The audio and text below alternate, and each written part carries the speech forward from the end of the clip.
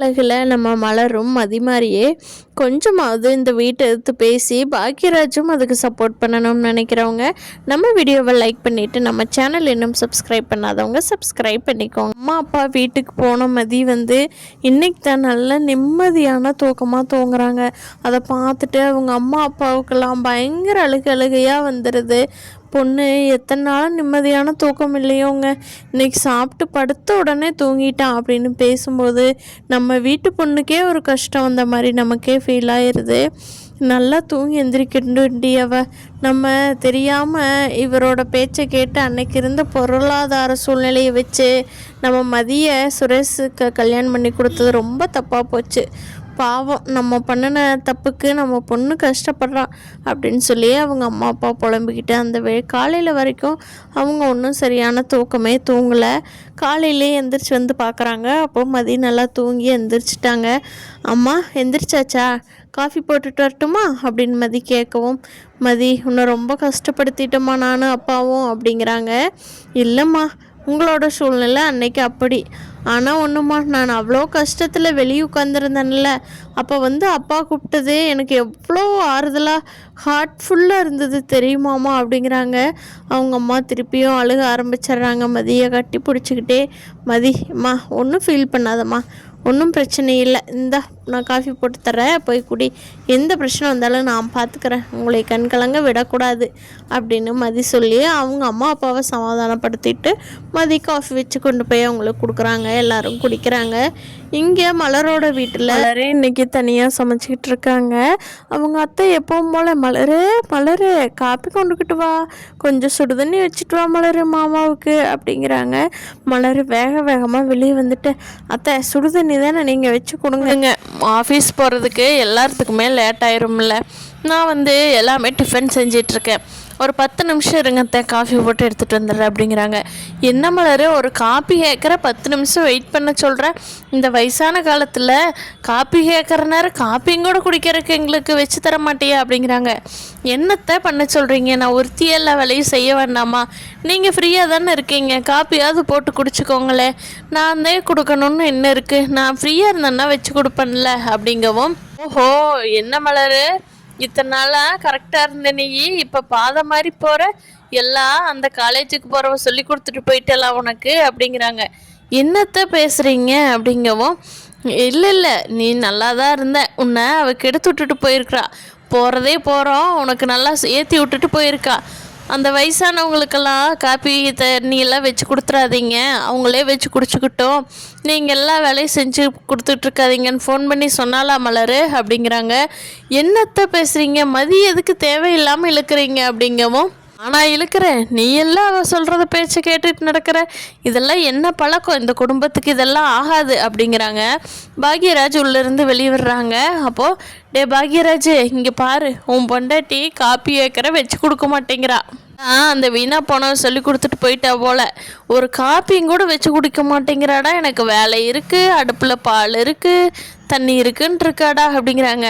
அம்மா மலர் ஃப்ரீயாக இருந்தால் வச்சு கொடுப்பாளே, அப்படியெல்லாம் இல்லைன்னு சொல்ல மாட்டாளேம்மா அப்படிங்கிறாங்க. ஆமாண்டா, உன் பொண்டாட்டிக்கு நீ தான் சொல்லணும், நீயே கேட்டுப்பாரு அப்படிங்கிறாங்க.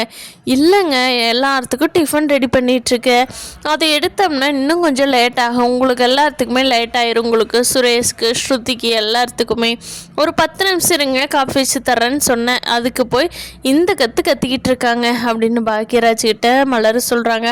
அம்மா அடுப்பில் ஏதோ இருக்கு அம்மா, ஒரு 5 நிமிஷம் தான் இருங்களேன், அவள் வச்சுட்டு வந்துடுவா. ஓஹோ நீயும் பொண்டாட்டி கட்சி சேர்ந்துட்டியாடா, எல்லா பசங்களும் இப்படியே மாறுங்கடா, பெத்த தாய் தகப்ப கஷ்டப்பட்டு வளர்த்திருப்பாங்க, அவங்கள அம்போன்னு தெருவில் விட்டுட்டு போங்க அப்படிங்கிறாங்க. அம்மா ஒரு 10 நிமிஷம் இருங்கன்னு சொன்னதுக்கும் நீங்கள் பேசுறதுக்கு என்னம்மா சம்மந்தம் இருக்குது அப்படிங்கிறாங்க. ஆமாண்டா, இப்போ இப்படித்தான் ஆரம்பிக்கும், போக போக 10 நிமிஷம் அரை மணி நேரம் ஆகும், அரை மணி நேரம் 2 மணி நேரம் ஆகும், எல்லாம் அந்த வீணா போனவர் சொல்லி கொடுத்துட்டு போயிட்டா, நல்ல பிள்ளையாக தான் இருந்தா மலர் இத்தனை வருஷமா அப்படிங்கவும் மலருக்கு கோவம் வந்துடுது. ஓ உங்கள் பேச்சை கேட்டுக்கிட்டு நான் கொஞ்சம் கூட மரியாதையே இல்லாமல் இருந்தால் தான் உங்களுக்கு நல்ல பொண்ணு.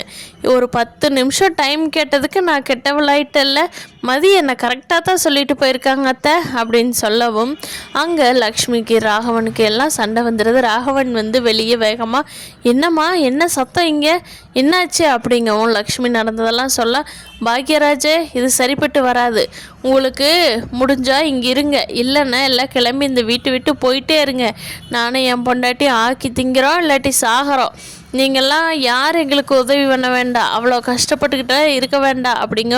அப்பா நீங்களும் புரிஞ்சுக்காமல் பேசாதீங்கப்பா, ஒரு 10 நிமிஷம் இருங்கன்னு சொன்னதில் என்னப்பா அவ்வளோ பெரிய தப்பு கண்டுபிடிச்சிட்டாங்க அப்படின்னு பாக்யராஜும் ராகவனுக்கு இப்போ போயிடுது. சுரேஷ் என்னமோ சத்தம் கேட்குதுன்னு சொல்லி எந்திரிச்சு வர்றாரு. அப்போது சுரேஷ் கிட்ட லக்ஷ்மி சொல்கிறாங்க, பாருடா உன் பொண்டாட்டி எப்படியெல்லாம் இவளை மாற்றி குளிச்சுட்டு போயிருக்கான்னு, நம்ம சொன்னது எல்லாம் கேட்டுட்டு இருந்த மலர் இன்னைக்கு என்னென்ன டைலாக் பேசுகிறான்னு பாருடா, இதெல்லாம் குடும்பத்துக்கு ஆகாது, ஐயோ போகிறவ இப்படி என் குடும்பத்துக்கு எடுத்துட்டு போயிட்டாலே அப்படின்னு ஒப்பாரி வைக்கிறாங்க. அம்மா கத்தாமல் அமைதியாக இருங்கம்மா அப்படின்னு சுரேஷ் அங்கே என்ன நடந்ததுன்னு கேட்டுட்டு அவங்களும் மலருக்கு தான் சப்போர்ட் பண்ணுறாரு சுரேஷ். நம்ம ஹன்னி சொன்னதுக்கும் அவள் போனதுக்கும் எந்த சம்மந்தம் இல்லை, ஏன் நீங்கள் கத்தி பிரச்சனையை பெருசு பண்ணுறீங்க அப்படிங்கிறாங்க. அப்போ லக்ஷ்மிக்கு இன்னும் கோபம் வந்துடுது, ஏன்னா மதியோட விஷயத்தில் அவங்க தானே பெருசு பண்ணினாங்க, சுரேஷ் எங்கே கண்டுபிடிச்சிருவானோன்னு சொல்லி லக்ஷ்மி மிந்திக்கிறாங்க. ஆமாண்டா ஆமாம், இன்னைக்கு நீ மலருக்கு பேசுகிறத விட்டுட்டு நான் எதிர்த்து பேசுகிறான்னு சொல்கிறேன், நாளைக்கே பொண்டாட்டி எதுவும் பேசல, நான் தான் அவளை பேசி வெளியே அனுப்பிச்சான்னு சொல்லுவேன், இதெல்லாம் எங்களுக்கு தேவைதான்டா, பெற்றவங்களுக்கு நல்ல மதிப்பும் மரியாதையும் கொடுக்குறீங்கடா அப்படின்னு சொல்லி போகிற போக்க மாற்றி விட்டுறாங்க லக்ஷ்மி அம்மா. இருந்துக்கிட்டு அத்தை இப்போ நீங்கள் என்ன நடந்ததுன்னு இப்படி பேசுகிறீங்க, அன்னைக்கு மதிகூடம் இப்படியே தான் பேசி நீங்கள் தான் அதிகப்படுத்துனீங்க அப்படின்னு மலர் சொல்லவும் லக்ஷ்மி அம்மா என்னென்னமோ ட்ராமா போட்டு நெஞ்சு வலியெல்லாம் வருதுன்னு சொல்லி ட்ராமா போட்டு பயங்கரமாக திருப்பி ஆக்ஷனில் இறங்கி வீட்டாளர்களெல்லாம் நம்ப வச்சிடுறாங்க. மதி இருந்துக்கிட்டு ஐயோ கடவுளை, இதில் இந்த வீட்டுக்கு 1000 மதி வந்தாலும் இந்த வீட்டை திருத்த முடியாது அப்படின்ட்டு மலர் வேகமாக வீட்டுக்குள்ளே போயிடுறாங்க. நல்லா தூங்கி எழுந்திரிச்ச மதி வந்து சீக்கிரமாக குளிச்சுட்டு கிளம்புறாங்க. அதை பார்த்து அவங்க அம்மா அப்பா எங்கே மதி எங்கே கிளம்பி போகிற, நீ நல்லா ரெஸ்ட்டுடு அப்படின்னு அவங்க அப்பா சொல்லும். இல்லைப்பா இந்த நான் போனதே வந்துடுறேன், நீங்கள் எதுவும் கவலைப்படாதீங்க, நான் நல்லா தைரியமாக தான் இருக்கேன், எனக்கு எந்த கவலையும் இல்லை அப்படின்னு சொல்லிட்டு நேராக போலீஸ் ஸ்டேஷன் போய் சார் நான் ஒரு கம்ப்ளைண்ட் கொடுக்கணும் அப்படின்னு சொல்லி சுரேஷ்கிட்டையே போய் சுரேஷ் மேலேயே கம்ப்ளைண்ட் கொடுக்கணும்னு போகிறாங்க. ஒரே அப்படியே பைத்தியம் முடிச்ச மாதிரி ஆயிடுது.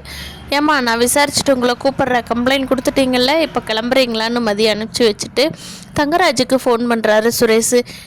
இப்போ மாப்பிள்ளை என்னாச்சுடா மாப்பிள்ளை, ஏன் இப்படி பண்ணிகிட்ருக்கீங்க, அந்த பொண்ணுக்கிட்ட கொஞ்சமாவது ஏதாவது பண்ணுங்கடா சாமி, அந்த பொண்ணை மெய்யாலும் உனக்கு கட்டி வச்சாலும் கட்டி வச்ச, நான் படுற பாடு இருக்கே, உங்கள் வீட்டு பஞ்சாயத்துக்கே என்னால் பைசூல் பண்ண முடியலடா அப்படின்னு தங்கராஜ் சுரேஷ் கிட்ட கத்துறாங்க. சுரேஷ் வந்துட்டு மாமா என்ன மாமா பண்ணுறது, இப்போ நான் என் ஸ்டேஷனுக்கே வந்து கம்ப்ளைண்ட் கொடுத்துட்டு போகிறா, ஐயோ எனக்கு என்ன பண்ணுறதுன்னே தெரியல மாமா, ஒரே தலைவலியாக இருக்குது அப்படிங்கிறாங்க. சரிடா சுரேஷ் நான் பார்த்துக்கிறேன் அப்படின்னு சொல்லிட்டு தங்கராஜ் வந்து டைரெக்டாக மதியோட அப்பாவுக்கு ஃபோன் பண்ணி இது எல்லாம் நிறுத்த சொல்லுங்கள் உங்கள் பொண்ணை, இன்னும் பிரச்சனையை சிக்கலாக்கிக்கிட்டே போகிறான், லைஃப்பை ரொம்ப காம்ப்ளிகேட் பண்ணிக்கிட்டே போகிறான்னு சொல்லி அட்வைஸ் பண்ணவும் அவங்க சார் இன்னி மதியாச்சு ஏதாச்சு, இன்னி மதியோட விஷயமா என்கிட்ட பேசாதீங்க அப்படின்னு மதியோட அப்பா சொல்லிடுறாங்க தங்கராஜுக்கிட்ட. தங்கராஜ் டென்ஷனாக இருக்கிற பார்க்குறதுக்கு ரேவதிக்கே உள்ளுக்குள்ளே சந்தோஷம், அப்பாடா நம்ம செய்ய முடியாத இந்த மதி பொண்ணு செய்யுதே, மதி உனக்கு ஒரு கோயில் கட்டி கும்பிடணுமா, என் புருஷனையே கலங்கடிச்சிட்ட பார்த்தியா, நீ தாம்மா ரியல் ஹீரோயின் அப்படின்னு சொல்லி ரேவதி மனசுக்குள்ளே மதியை பாராட்டிக்கிட்டு இருக்காங்க. இப்படியெல்லாம் தான் நடக்க போகுதுன்னு நான் நினைக்கிறேன். ஃப்ரெண்ட்ஸ் நீங்கள் என்ன நினைக்கிறீங்கன்னு கீழே கமெண்ட் பண்ணுங்கள். தேங்க்யூ.